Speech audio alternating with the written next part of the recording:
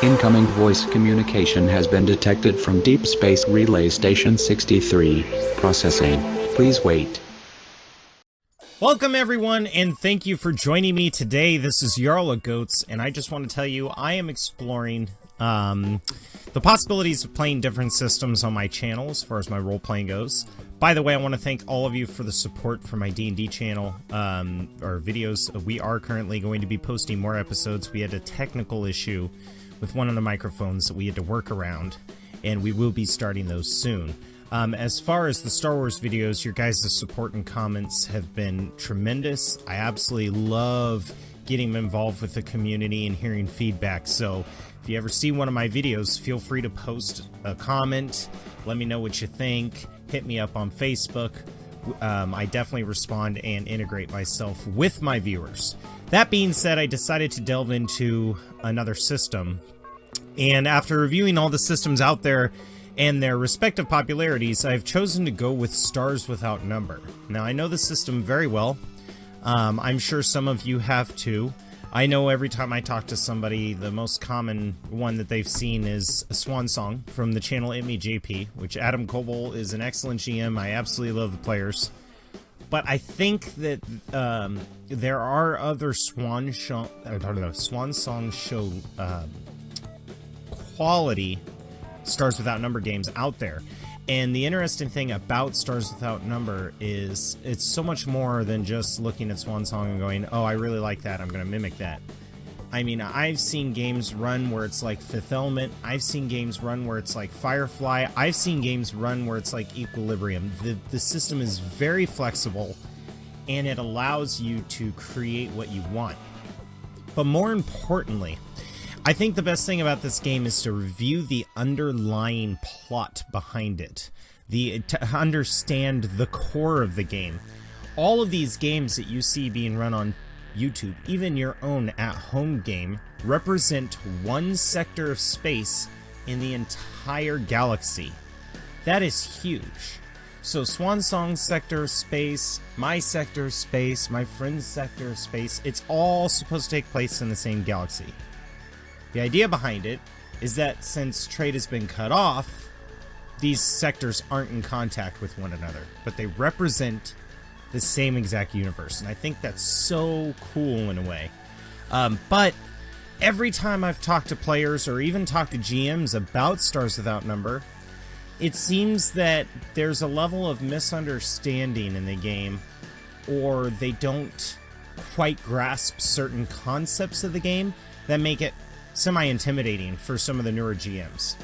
So, I've decided to create a video series that will walk you through step by step on the creation of your sector in Stars Without Number, as well as a concrete idea of how the rules will work. Then I will be starting my own web series in Stars Without Number. Now, what's really fun about this game is my players are helping me create my sector. I decided to include them on the creative process so that they have some investment into the sector design. Now, you as a GM, you may decide not to do that, you may decide to do it. A lot of people are concerned about meta knowledge, but my idea is, since my particular game takes place around a group of people who have operated freighters in the past, if they, you know, as a player know some knowledge of how a planet works, if they can integrate that into their character's background, I will allow them to do so. It also cuts back on me having to explain every little thing to my players as I go, and lets us focus on the important thing, which is role-playing. So, for me, when I first learned this game, and by the way, the game is free. I'll put a link down below. You can actually go get the core rulebook for free. If you want to support the writer, which I definitely recommend you do, you can purchase the extended rulebook, which has rules for mechs and AI and a lot of the stuff that the core rulebook doesn't cover. But for now, I always tell people, get the core rulebook, see what you think, see how it feels, then support them if you need to expand on your galaxy, which I definitely will be doing. I'm also going to be encouraging that players do it as well, because the core rulebook is as much of a player's handbook as it is a dungeon master's guide of sorts if you're from the D&D world. So, for me to understand this game And for me to explain it to my players on how Spike Drive worked, the fact that it's a space sim, how dangerous it is, how psychics worked, you know, it was easy for me to say, oh, they're like Jedi, but there were more questions from the players than answers. And I think it's because players were generally intrigued. They wanted to know more. So with that regard, I present to you my rundown of the history of Stars Without Number. So the history of Stars Without Number, currently the time is 3200, and some GMs may have it a little beyond that. But the game defaults at 3200 January 1st. You do keep track of the calendar. Every day you keep track of as a GM. And as we go through these videos and as we explain the game, as we explain how it works, I will cover why that is so important. For now, for this episode, and to truly keep in the conceptualized order of breaking this game down into pieces, I've decided to start with the background to see if you guys are interested, and then move on with explaining the rules. So if you have questions on the rules, know that it will be addressed in a future video.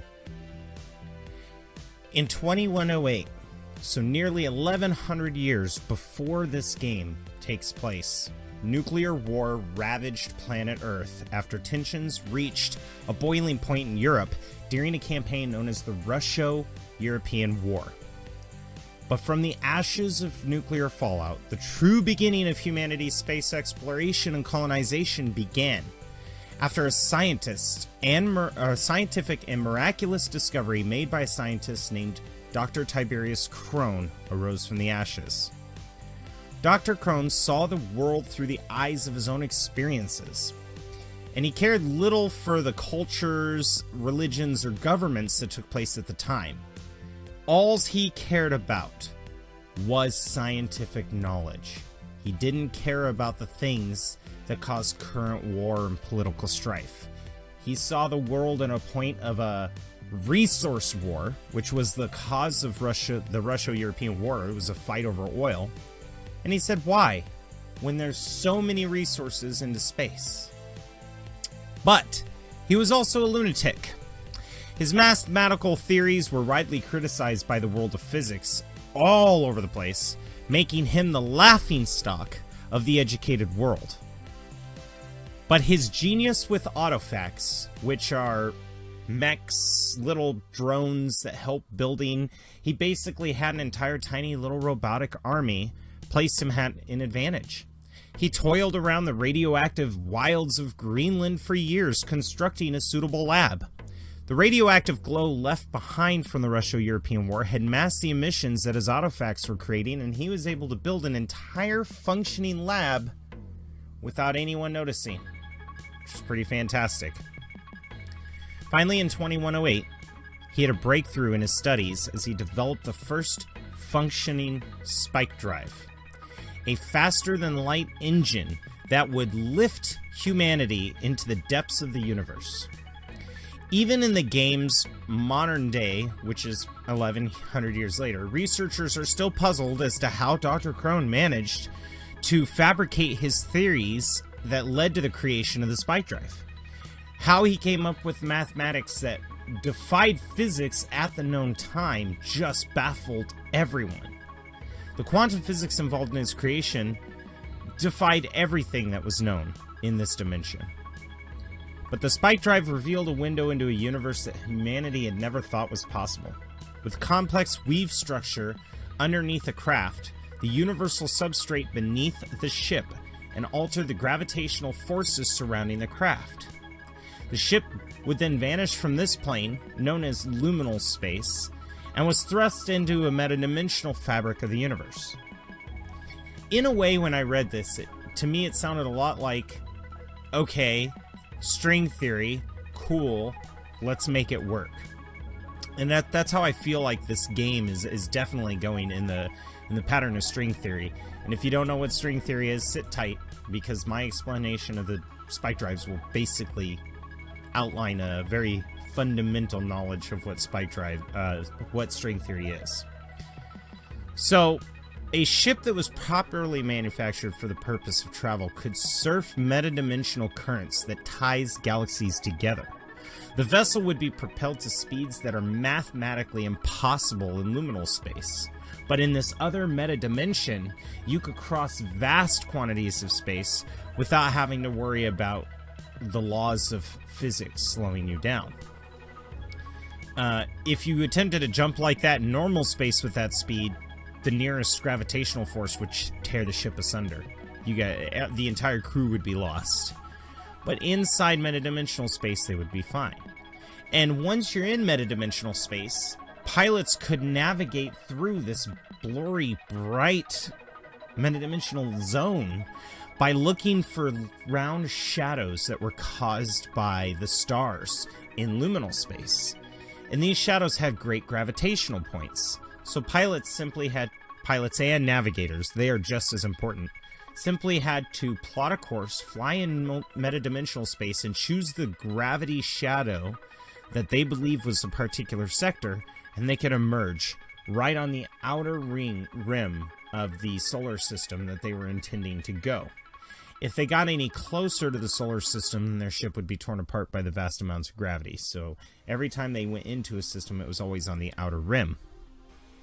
So essentially, the spike drive would allow a ship to leave a gravitational point and arrive at a similar gravitational point as long as the jump wasn't too far. Initially, navigators were required to map territories or at least help navigate unmapped territories.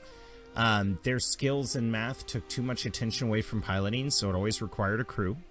And if a route was frequently traveled, ships could follow the path successfully with a navigational system known as rudders. They would basically follow the wake of other ships that have gone through. Kind of like if you were in a boat on the ocean and you saw the wake of a ship and you wanted to follow that ship, it would be very easy to follow by just following the wake of it.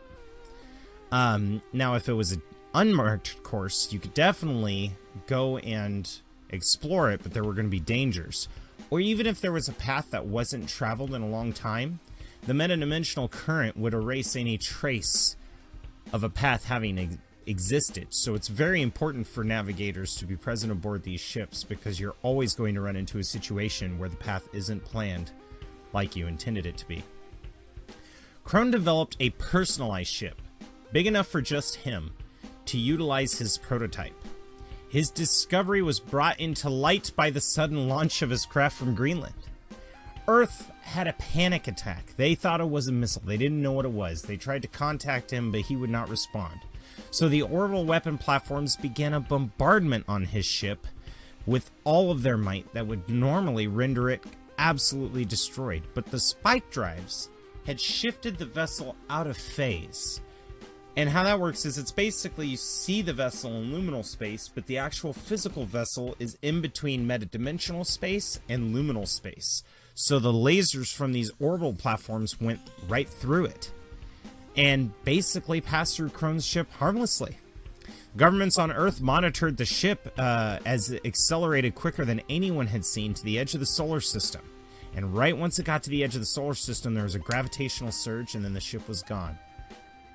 13 days later, planetary satellites orbiting Earth received a radio transmission from the same ship that just left, containing data from Alpha Centauri, that the only way that you could have gotten this data is if you went to Alpha Centauri and actually did an on-site survey. The transmission also included blueprints and data necessary to reconstruct the drill space capabilities of the spike drive. And that's really interesting because despite not caring about cultures or politics, he proved his point by going out and physically going to Alpha Centauri, coming back saying, here's your evidence and here's how you do it. And to this day, none of the leading scientists have been able to figure out how Dr. Tiberius Krone had made the trip. It requires a navigator, it requires a whole crew. The spike drives that were recreated with the data took 6 days of travel to get to Alpha Centauri in the least. And Krone was able to go there, do his research, and come back in 13 days. The time frame of the recreated spike drives didn't make sense. So either Krone gave them a prototype blueprint or they didn't calibrate it correctly enough. Either way, he was an absolute genius.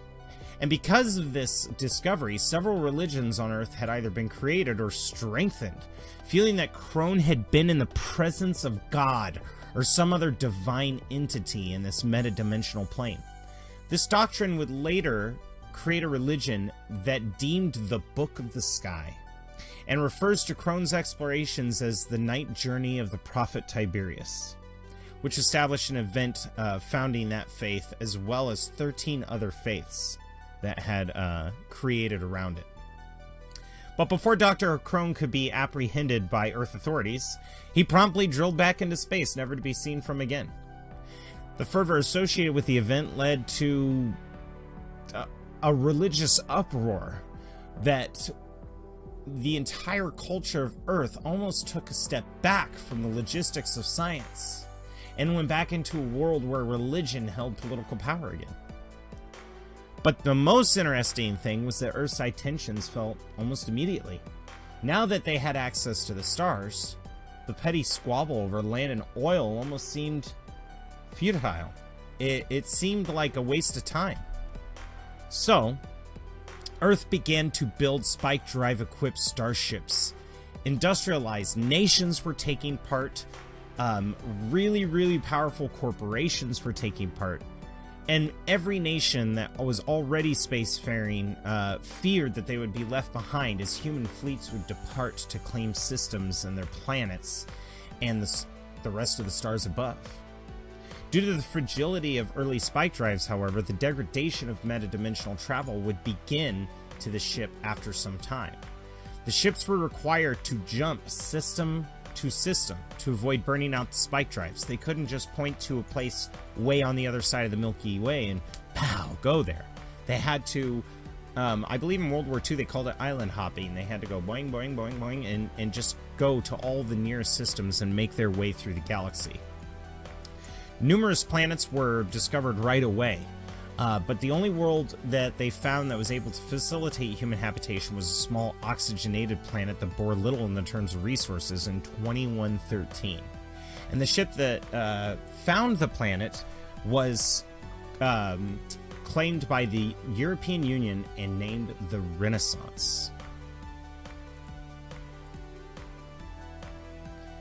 In 2150, Pan-Indian vessels discovered the first world with an alien life form.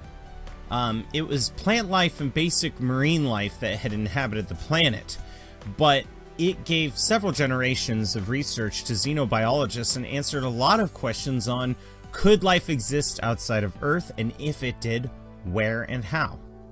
Yet, the best discovery of alien life came from an American vessel that discovered the ruins of an ancient alien civilization that disappeared 40,000 years ago on a mist-shrouded moon by the name of Typhon.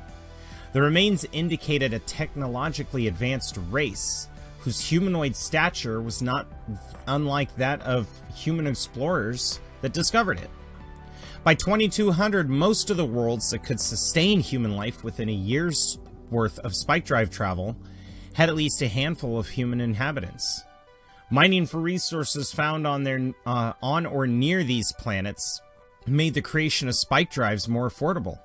And soon, even the most modest of companies were sending ships out. Religious and political factions started to form behind their corporate investors. Law and order actually started to become difficult as the surgence of human exploration was growing far beyond the countries that the initial explorer vessels represented. The enforcement of the law became unreliable, and as travel from Earth to some of the more populated sectors could take 4 months, control was slipping from the grip of Earth and its countries. And instead of protecting a vast and expansive, understaffed military, the governments of Earth created a strike force that acted as localized marshals called the Terran Mandate, exerting their authority to the far-flung Terran worlds. A new law was also enacted, forbidding further expansion into the galaxy. From a governmental standpoint, control must be maintained and laws must be put into place for the stability of the human race before any further worlds could be explored. But even then, the Terran Mandate not only had a hard time handling the vast numbers of citizens under its protection, But the needs for goods and supplies became increasingly desperate as travel between the worlds became bogged down by regulation and red tape that the planets had not previously experienced. Zealous religious factions began to squabble and declare holy war on their neighbors. Piracy reached an all-time high, but overall infighting between the colonies took too many resources. And the weak control of the Terran Mandate was more of a loose guideline that most colonies agreed with and lived by simply for the need of order, rather than the fear of punishment. In 2240, a strange phenomenon was recorded on colony ships and cargo freighters that frequented drill space. In their children, around the point of puberty, they started to exhibit symptoms that left much of the crew puzzled. Abilities began to manifest, which gave them powers that ranged from being able to read someone's mind to powers of superluminal teleportation. As the crews explored these new abilities, some having done research and documented the cases, the children soon fell into a state of permanent brain damage that led to either the death or permanent and constant insanity. On average, it only took a dozen of times before the neurons inside the brain became a barren wasteland, and the psychic, as they were labeled, was unable to control not only their abilities, but their cognitive functions. The symptom was soon named the metadimensional extroversion syndrome, or MES for short. Testing on these subjects began that were invasive and extensive. Parents of the children were told that it was merely a precaution to teach youth how to use their powers. But now it is commonly believed that the kids were used as fancy lab rats. Now research believes that these messes were serving as living channels for waves of metadimensional space energies that were exposed to the elements of metadimensional space when drilling through a spike drive. The damage done to the brain could properly be avoided, however, but they did not make this discovery until 2275. The damage done to a mess's mind was permanent, but through a strict practice of meditation, focus, and mental training, the damage could be routed to less critical areas of the brain. As you all may know, a human can only use certain parts of their brain as it is. So they basically took the parts of the brain that you weren't using and restructured them for the psychic abilities. A properly trained psychic, as they were now called, could use their powers extensively before any kind of threat to overflow their neural pathways. But it would require an extensive period of rest and recuperation after prolonged use. Due to the complexity of the programs needed to train a psychic, digital written media were ineffective ways to construct a pupil. A living, physically active tutor properly trained in the protocols and mandatory instruction skills for new psychics had to be relied on. Therefore, a basic curriculum into the correct sequence of meditations for a given student could be established. To control the psychic mentors and their deployment, the Terran Mandate inaugurated the Council of Mentors that had been aptly labeled as the Psychic Authority. The Authority was a secretive and pervasive organization, taking the young sufferers of MES, and they took them into their care and training to try to enforce a standardized method to control these psychics and teach them how to use their powers not only appropriately, but in a way that wouldn't risk damage to their brain. The rarity of these particular individuals left a visage as a shroud of mystery, almost like the holy warriors from the ancient crusades on Earth, the Templar orders. It was almost wide known that they existed, but people never really ever saw them. But psychics could make a vast amount of money with their abilities. They were capable of doing things that normal humans couldn't. And they became very rich very fast. So there had to be some restrictions on their abilities, legal restrictions that the Terran Mandate and the Psychic Authority enforced. Even then, localized governments would hire psychics and oftentimes say, "We'll lift the restrictions if you work for us." To make matters more complicated, the human species found that they were not, in fact, alone in the universe. As the expansion of the human race continued, the discovery of alien ruins that was found on several habitable worlds was only a tip of the iceberg. Some species of sentient aliens had been found. And although some of them may have only barely been able to scratch the surface of the Bronze Age, some of them were ancient and more advanced than us that had become extinct or disappeared thousands of years ago. There was a healthy number of them that were at a very similar spacefaring technological level as humanity. But the crazy thing was that they too, for the most part, were humanoids. They may not have breathed the same air as us, they may not have had the same biology as us, the same anatomy, but they were humanoid in shape.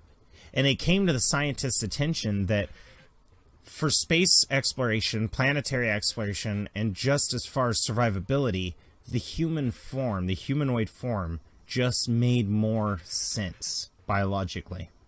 It was a further proof that evolution existed, where you had all these races throughout the entire galaxy that ended up forming the same limbs and same movement in order to survive. A lot of the aliens were less to Earth. Their ruins proved that they fell victim to infighting, experiments on their own vanity, becoming grandiose and building huge statues and all of this other stuff. Or even just cultural incompatibility. They didn't agree with other races, or they had a religious war that just tore them apart. It's very interesting how many of the alien races fell, and how this should have been a foreshadowing for humanity. But of course, us humans, we don't listen too well. Still, some of the alien races were strong enough and vigilant, fresh with technologies, and they made deals with humanity. Now, the aggressive expansion of humanity and our newfound technologies, along with the embrace of the psychic authority, made us a very powerful, intimidating threat. And even though we were able to establish borders with these aliens, more often than not, the borders were heavily in the favor of humanity, giving us the best resources, the best food, the best planets. And even in trade deals where we offered our science up to these aliens and they gave us some of their technology and art, we were able to adapt a lot of their knowledge to our needs faster than they were able to adapt our science to their needs, especially since they didn't have somebody like Dr. Tiberius Crone to basically forge a path and explain exactly how he did it. So these aliens that resembled human biology are referred to xenobiologists as the like. Then there are other alien entities like complex structures of hydrogen atoms floating through space, or primordial oozes that were responsive to feedback, whether it be verbal or electrical, or even sentient creatures that were not humanoid in any way, shape, or form were referred to as the others. The one thing that's consistent between these two is that every time humans tried to use their psychics to read the thoughts of the others, the psychic was almost always damaged, and the neural pathways of their brain would fry, and they would go completely insane. So the others were regarded with a little more hostility than the like. But although the Psychic Authority had not stopped their research on MES and how to control it, they started developing other breakthroughs at the time. Some psychics delved into discoveries that involved destructive and dangerous experiments with their own minds. The Psychic Authority could formulate new methods of psychic powers and energies. These abilities allowed psychics to manipulate the microscopic contents of ambient universal constants that allowed for the manufacture of materials and products that were impossible to have naturally occurring. Atoms and molecules danced and bent to the wills of these fabricators, and new wonders were created by human explorers. I believe there's a material inside the game called unobtainium, I think it's what it's called.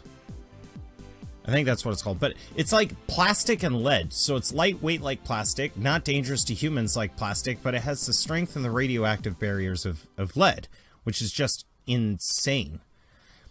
The fabrication of these materials marked the development of the technology that has since been lost to humanity, called pre-tech, a high science and artifact of the golden age of man. These artifacts were marvelous works, most of them performing some miracle of energy or material manipulation. These technologies doubled the effectiveness of spike drives and drill courses. The medications that came gave humans several centuries of good health before succumbing to old age. Yet pre-tech took another leap with the development of sci-tech. With sci-tech comes the possibility of more important discoveries to mankind, but the most important being the jump gates. Massive rings of sci-tech resonators floated on the edges of solar systems and were large enough to receive some of the biggest classes of vessels that humans had in their arsenal. These ships could be hurled for scores of light years across the galaxy, emerging from a jump gate held at a certain destination to another. Months of spike drive could be compressed down to only a few days worth of travel. Being able to reinforce planets with the goods that they needed and the volumes that they needed started to make it easier for the Terran Mandate to control the system. The worlds became more stable, and with that came a second wave of migration. Soon the jump gates basically replaced spike drives, and spike drives became an antiquated commodity. The only limitations to the jump gates was the number of master psychics that were needed to operate them. By 2450, almost all the core worlds were served by jump gates. The ease and cheapness of mass interstellar transportation caused some of the worlds to specialize as agricultural planets, which other worlds could specialize in mining or the development of fabrication. Each of these worlds could support themselves by trading goods in a matter of a couple of days. By 2600, spike drives were considered an obsolete technology, and only used in the fringes of frontier worlds where jump gates were too expensive to build due to their primitive economies or absolute lack of master psychics. But now the Terran Mandate could throw its military might throughout the known universe, and the prohibitions on exploration and expansion had been loosened. The moment that it was loosened, the frontier of human space extended almost 10 years worth of spike drive away from Terra. Despite its growth, it would still take fast pre-tech courier ships to reach the furthest colonial worlds up to a year. But a year versus 10 years of travel was a huge increase. This made space travel a lot safer. And soon massive numbers of colonists poured from the jump gates all over the galaxy, disrobing themselves of the binds of limitations of Terran society. 4 billion people left Earth in this migration known as the Second Wave. Despite the advanced technology within the control of Terran fleets, the sheer numbers of colonists that were not accounted for made policing the vast number of colonies impossible. The colonists themselves were also aware of the weakness of the Terran fleet.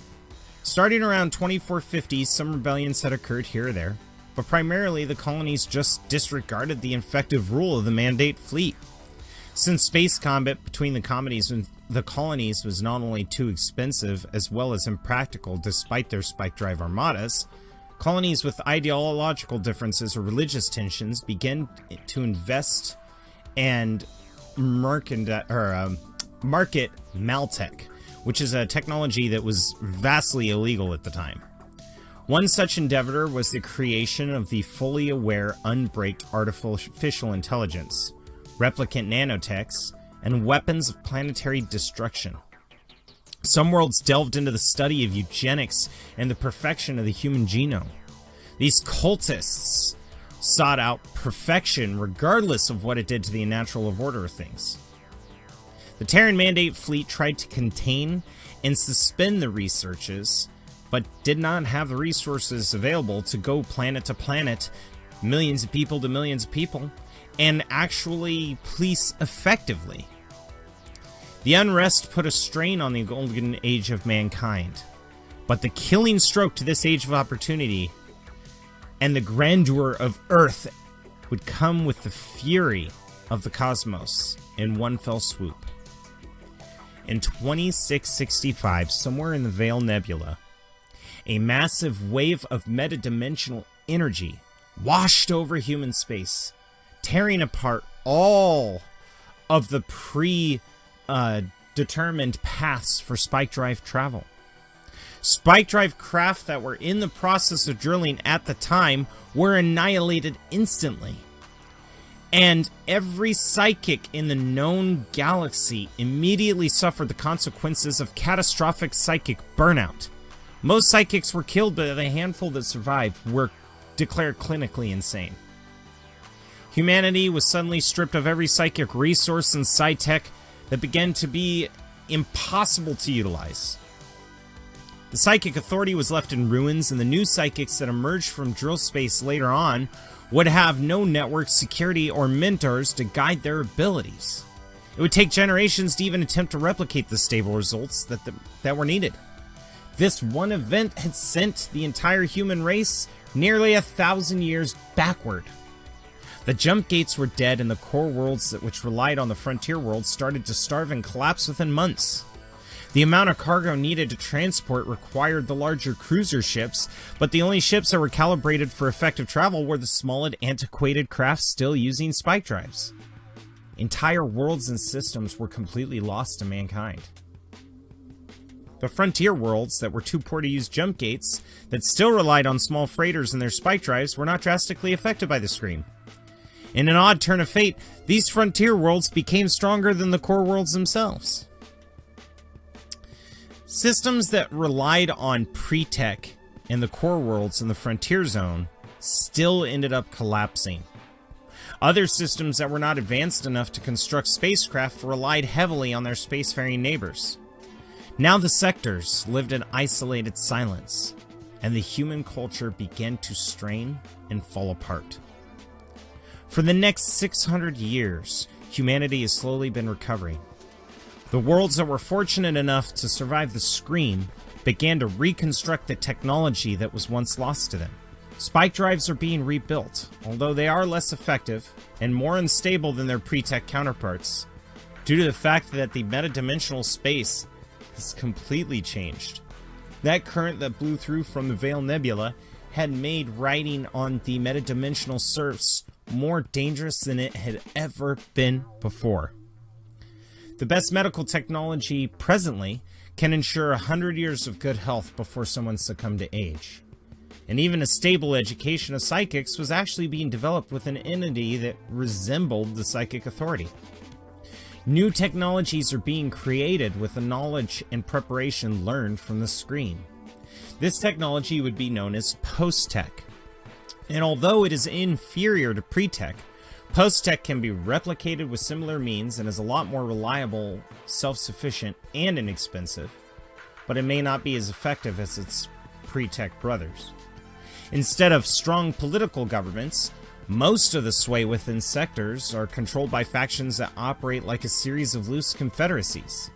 Some of them only containing a handful of worlds, some of them only one world. Some of the worlds have succumbed to the muscle of a stronger world and its other factions. These factions are created under the beliefs of religions, corporations, and world governments. Aliens that have not been completely pushed out by humanity have not been idle.